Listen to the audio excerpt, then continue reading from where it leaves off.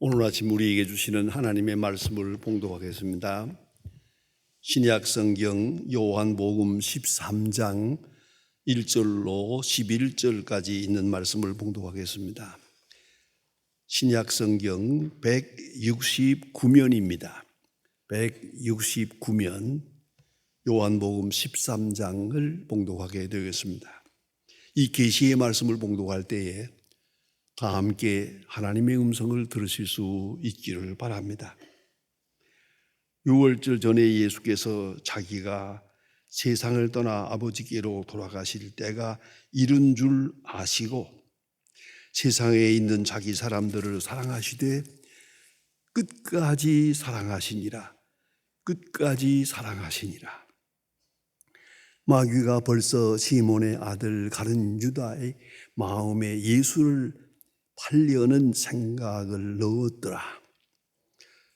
저녁 먹는 중에 예수께서 아버지께서 모든 것을 자기 손에 맡기신 것과 또 자기가 하나님께로부터 오셨다가 하나님께로 돌아가실 것을 아시고 저녁 잡수시던 자리에서 일어나 겉옷을 벗고 수건을 가져다가 허리에 두르시고 이에 대하에 물을 떠서 제자들의 발을 씻기시고 그 두르신 수건으로 닦기를 시작하여 시몬 베드로에게 이르니 베드로가 이르되 주여 주께서 내 발을 씻기시나이까.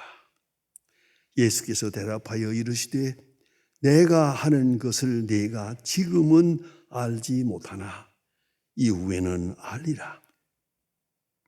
베드로가 이르되 내 발을 절대 씻기지 못하리시리라. 예수께서 대답하시되 내가 너를 씻어 주지 아니하면 네가 나와 상관이 없느니라. 시몬 베드로가 이르되 주여 내 발뿐만 아니라 내 머리도 씻어 주소서. 예수께서 이르시되 이미 목욕한 자는 발밖에 씻을 필요가 없느니라. 온몸이 깨끗하니라. 너희가 깨끗하나 다는 아니라 하시니 이는 자기를 팔 자가 누구인지 아심이라. 그러므로 다는 깨끗하지 아니하다 하시니라. 아멘. 아브라함이라고 하는 랍비가 있었습니다. 이 랍비가 어느 날 새벽에 하나님 앞에 기도하면서 하나님, 오늘은 참 보람찬 일을 한번 하게 해주세요. 여러 가지 선한 일을 하지만은 가장 선한 일, 일생 기억할 만한 가장 선한 일을 한번 하게 해주세요. 이렇게 하나님 앞에 기도했더니 하나님께서 영감을 주시는데 저 거리에 나가보면 아주 술에 취해서 찌들어서 정신을 못 차리는 불량바가 있는데 저런 불량배 한 사람을 네가 초대해다가 한번 식사를 잘 대접하는 그런 특별한 사랑을 한번 베풀어 보렴 라고 말씀하셨습니다. 그래서 저는 거리에 나가서 많은 불량배 중에도 가장 불쌍한, 가장 비참한 불량배 하나를 초청을 해서 자기 집에 가자고 자기 집에 데려다 놓고 자기 나름대로 정성을 다해서 저녁 식사를 대접합니다. 식사 도중에 랍비는 하나님의 은총에 대해서 얘기했습니다. 이 불량배는 하나님께 욕을 퍼부면서 하나님의 은총 따위는 생각해 본 일이 없습니다. 나는 은총을 누려본 일이 없으니까요. 큰 소리로 하나님께 욕을 하는 겁니다. 화가 난 랍비는 참다 못해서 이 무신론자를 식사 도중에 너 같은 놈한테 식사를 대접한 내가 참으로 비참하다. 나가라! 그리고 내쫓았습니다. 식사 도중에. 그날 밤 기도 중에 하나님이 아브라함 랍비에게 나타났습니다. 나는 지난 50년 동안이나 그 친구가 퍼붓는 욕설을 참으면서 날마다 그에게 먹을 것을 주었다. 그런데 너는 그에게 한 끼의 식사를 줄 수 없단 말이더냐. 이 말에 랍비 아브라함은 무릎을 꿇고 하나님 앞에 회개하였다고 합니다. 여러분, 오늘 본문의 첫 구절, 아무 때 읽어도 깊은 감동을 주는 말씀입니다. 13장 1절입니다. 세상을 떠나 아버지께로 돌아갈 때가 이른 줄 아시고 세상에 있는 자기 사람들을 사랑하시되 세상에 있는 자기 사람들을 사랑하시되 끝까지 사랑하시니라. 끝까지. 그 말이 그렇게 깊은 감동을 줍니다. 여러분, 폴 틸리키라고 하는 유명한 신학자는 Shaking Foundation이라고 하는 아주 불후의 명절을 남겼습니다. 그의 신학 이론 가운데 아주 간단하게 말합니다. 두 가지가 있다. 세상에는 원리가 두 가지가 있다. 하나는 인간적이고 정치적이고 역사적인 질서, 인간적인 질서가 있고 인간의 역사의 질서를 넘어서는 하나님의 질서가 있다. 죄악을 생각하자면 심판밖에 없지만은 심판을 넘어서는 은총의 세계가 있다. 이렇게 그는 역사를 하나님의 뜻을 갈파하고 있습니다. 오늘 본문에 한번 생각해 보십시다. 예수님께서 하나님 앞에 갈 시간이 가까웠는데 이 말은 지금 십자가를 지실 시간입니다. 십자가를 며칠 후가 아닙니다. 몇 시간 후입니다. 십자가를 몇 시간 후에 져야 하는데 이런 절박한 시간에 마지막으로 유월절 잔치를 잡수시고자 했습니다. 그래서 준비시켜 놓고 찾아가서 그 마가의 다락방이라고 생각하는데 여기에서 유월절 잔치를 제자들과 함께 마지막으로 그야말로 종말론적 송별회입니다. 이 잔치를 잡수시고 바로 겟세마네 동산을 거쳐서 골고다 언덕에서 십자가에 돌아가십니다. 이 사실을 잘 알고 계십니다. 그러면서 제자들과 함께 유월절 잔치를 잡수시겠다고 준비시키고 그 자리에 앉았습니다. 그런데 오늘 본문을 자세히 보면은 죄송하지만 인간적으로 생각하면 조금 화가 나는 부분이 하나 있습니다. 이 제자들이 발을 씻지 못하고 유월절 잔치에 앉았습니다. 저 유대 사람들의 집에 몇 번 가보았습니다만 그분들은 집에 꼭 들었을 때 손을 씻습니다. 반드시 손을 씻는데 손을 그냥 늘 씻은 거니까 뭐 씻지도 않아요. 물그릇에다가 손끝을 딱 담갔다가 톡톡 틀면 이게 손 씻은 거예요. 이렇게 꼭 예식을 행합니다. 밖에서 들어올 때는 반드시 손발을 씻어요. 그리고 식사하게 되어 있는 것이 이스라엘 사람들의 엄한 생활 풍습입니다. 신앙적 생활 풍습입니다. 혹은 이것은 종교 예식이기도 합니다. 그런데 발을 씻지 못했다. 이건 말이 안 되는 겁니다. 어째서 그랬을까? 충분히 우리가 짐작할 수 있습니다. 이스라엘 사람들은 주로 밖에 다닐 때 그 신발이 우리말로 말하면 샌들입니다. 바닥이 있고 끈만 있는 거예요. 그러니까 먼지가 있는 대로 다 거기에 발에 묻거든요. 그러니까 집에 들어갈 때는 반드시 손발을 씻고 들어가고, 그리고 식사를 하게 되어 있습니다. 특별히 식사 전에는 반드시 손발을 씻어야 됩니다. 그런데 노예가 있는 사람들, 종이 있는 사람들은 종이 주인의 발을 씻습니다. 윗사람, 아랫사람이 있을 때는 당연히 아랫사람이 윗사람의 발을 씻게 되어 있습니다. 그러나 종이 없는 집이 있거든요. 그건 다 평등입니다. 이런 때는 어떻게 하느냐? 아내와 남편, 그러면 아내가 남편의 발을 씻고 남편이 아내의 발을 씻어줘요. 형과 동생이 있으면 동생이 먼저 형의 발을 씻고 형이 동생의 발을 씻어주는 거예요. 이러한 질서입니다. 이 생활 양식입니다. 그러면 오늘 이 시간 이 집에 들어섰는데 이 집에 노예가 없습니다. 발 씻어주는 심부름을 할 사람이 없는 가정이에요.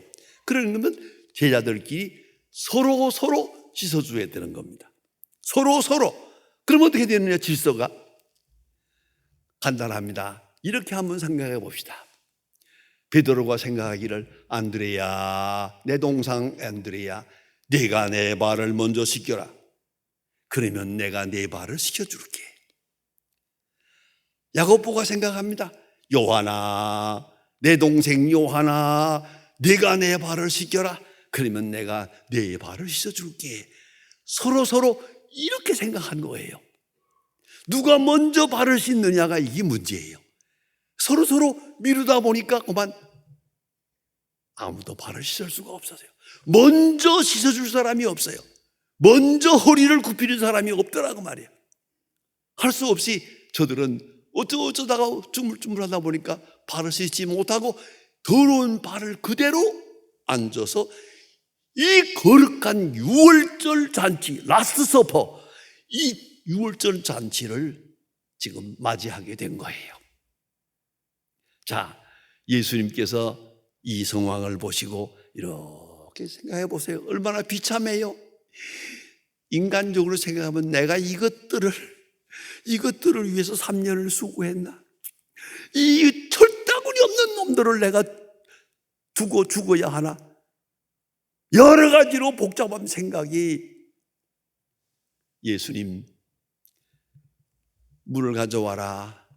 대하에 물을 가져다가 허리에 수건을 동이고, 허리에 수건을 동이고, 베드로서에서는 말합니다. 겸손으로 허리를 동이라 할 때 그 수건을 생각한 것 같습니다. 허리를 동이고 제자들의 발을 씻기십니다. 예수님께서, 하나님의 아들이 제자들의 발을 씻기십니다. 발 내놓아라. 여기에 대한 전설이 있습니다. 누구의 발을 먼저 씻겼을까? 어쨌든 베드로의 발을 먼저 씻긴 건 아닙니다. 전설은 말합니다. 가룟 유다의 발을 맨 먼저 씻겼다는 거예요. 가룟 유다의 발을 먼저 씻기고 차례 씻기다가 베드로 차례 돌아갔어요. 베드로의 발을 씻기려고 하니까 베드로가 어떻게 예수님 앞에 발을 내놓을 수 있습니까? 주는 그리스도시요 하나님의 아들입니다라고 고백한 사람입니다. 감히 그 앞에 발을 안 되죠. 그래서 베드로가 말합니다. 주는 내 발을 절대 씻기지 못합니다. 그 절대라는 말이 헬라어로는 아이오니온입니다. 영원히, 내 발은 영원히 씻기지 못합니다. 그럴 때 예수님께서 아마도 빙그레 웃었을 것 같아요. 이 사람아, 내가 네 발을 씻기지 아니하면 너는 나와 상관이 없느니라. 이게 무슨 말입니까? 나로부터 발 씻김을 받았다는 체험이 없이는 너는 내 제자가 될 수가 없다. 그런 뜻이 아니겠습니까? 베드로가 그때는 한마디 합니다. 온 몸을 씻어주세요. 머리도. 그러니까 예수님, 이미 목욕한 자는 뭐 그럴 필요가 없다. 발만 내놓아라. 그리고 베드로의 발을 씻기셨습니다. 예수님께서 몸소 모본을 보이셨습니다. 이렇게 하고 말기를 내가 너희들에게 본을 보였노라라고 말씀하십니다. 그렇습니다. 여기서 우리는 깊이 생각해야 됩니다.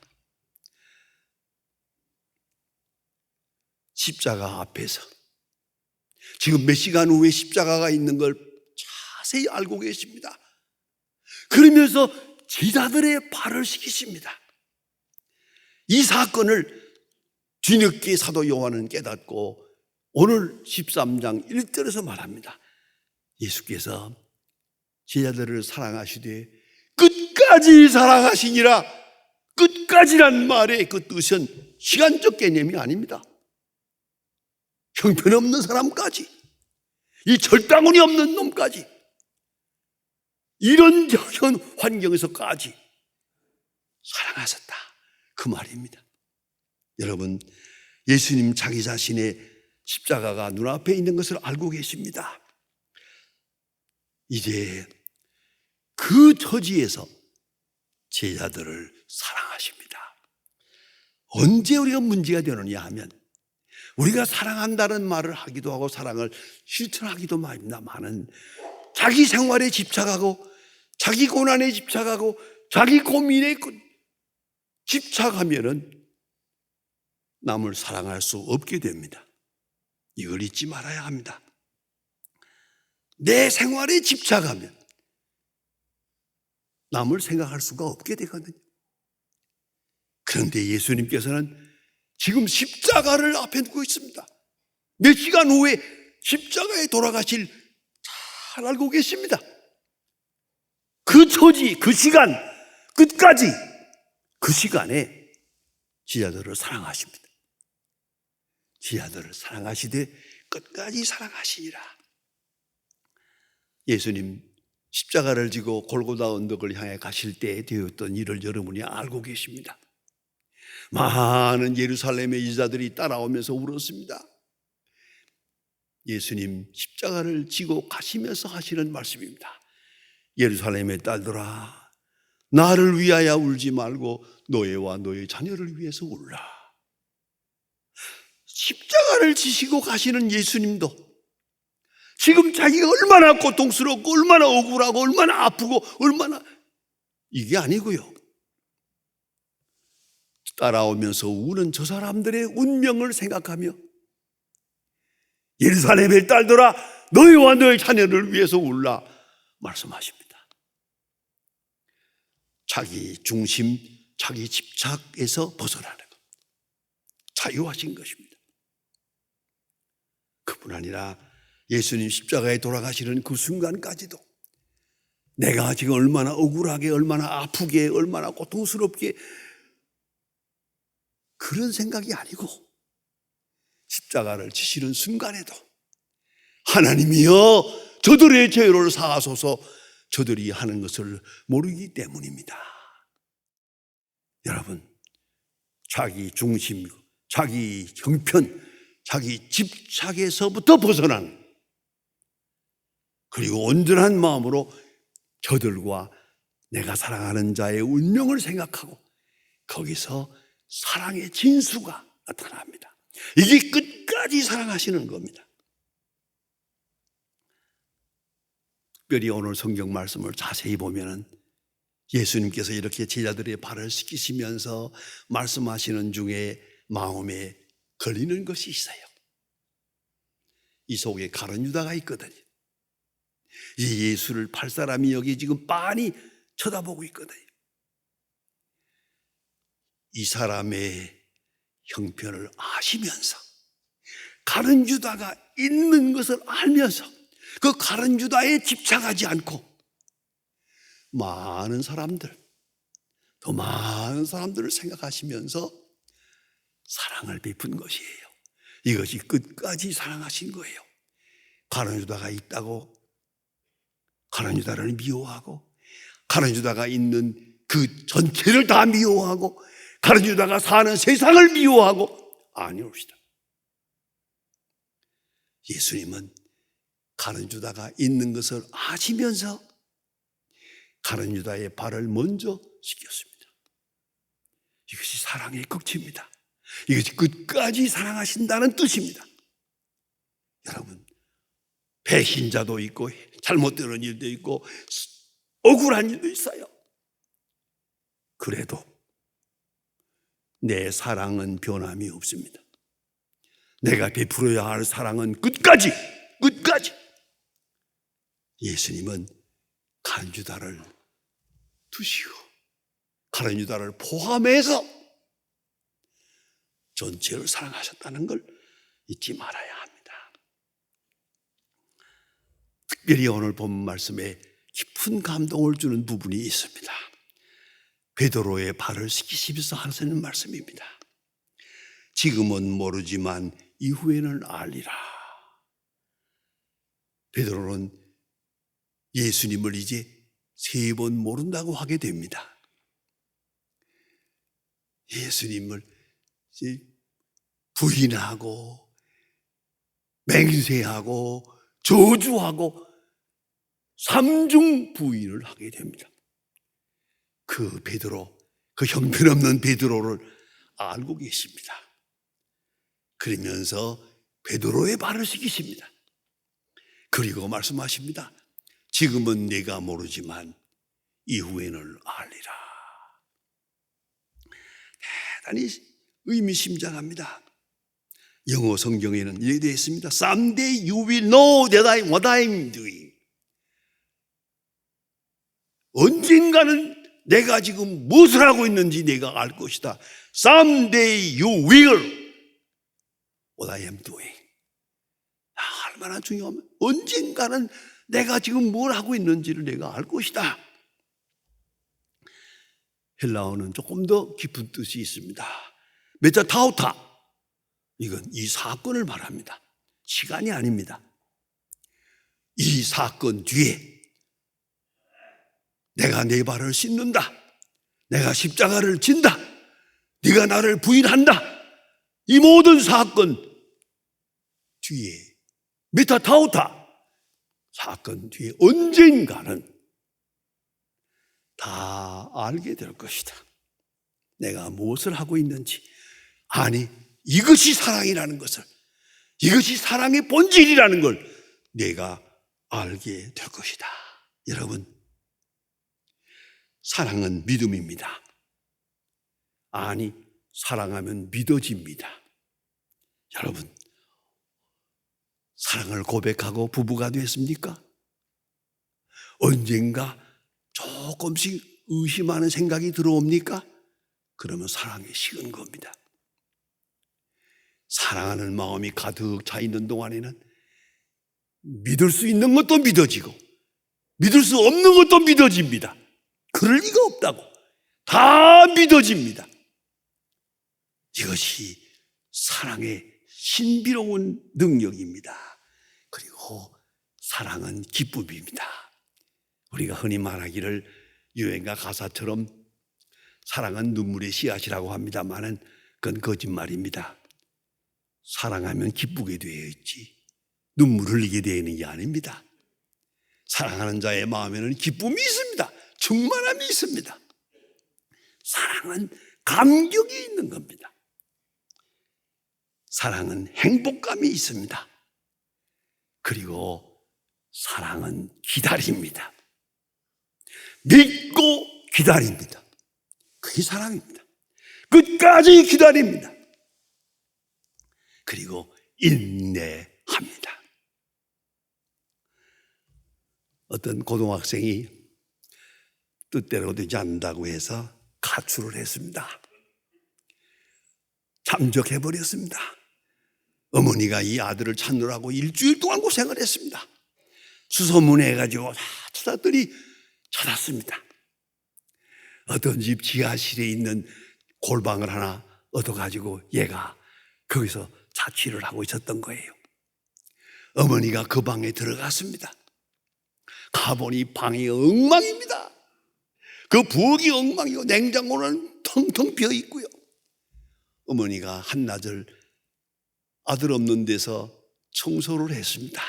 이 방을 깨끗이 청소하고 다 그릇도 다 씻어놓고 냉장고를 가득 채워놓았습니다.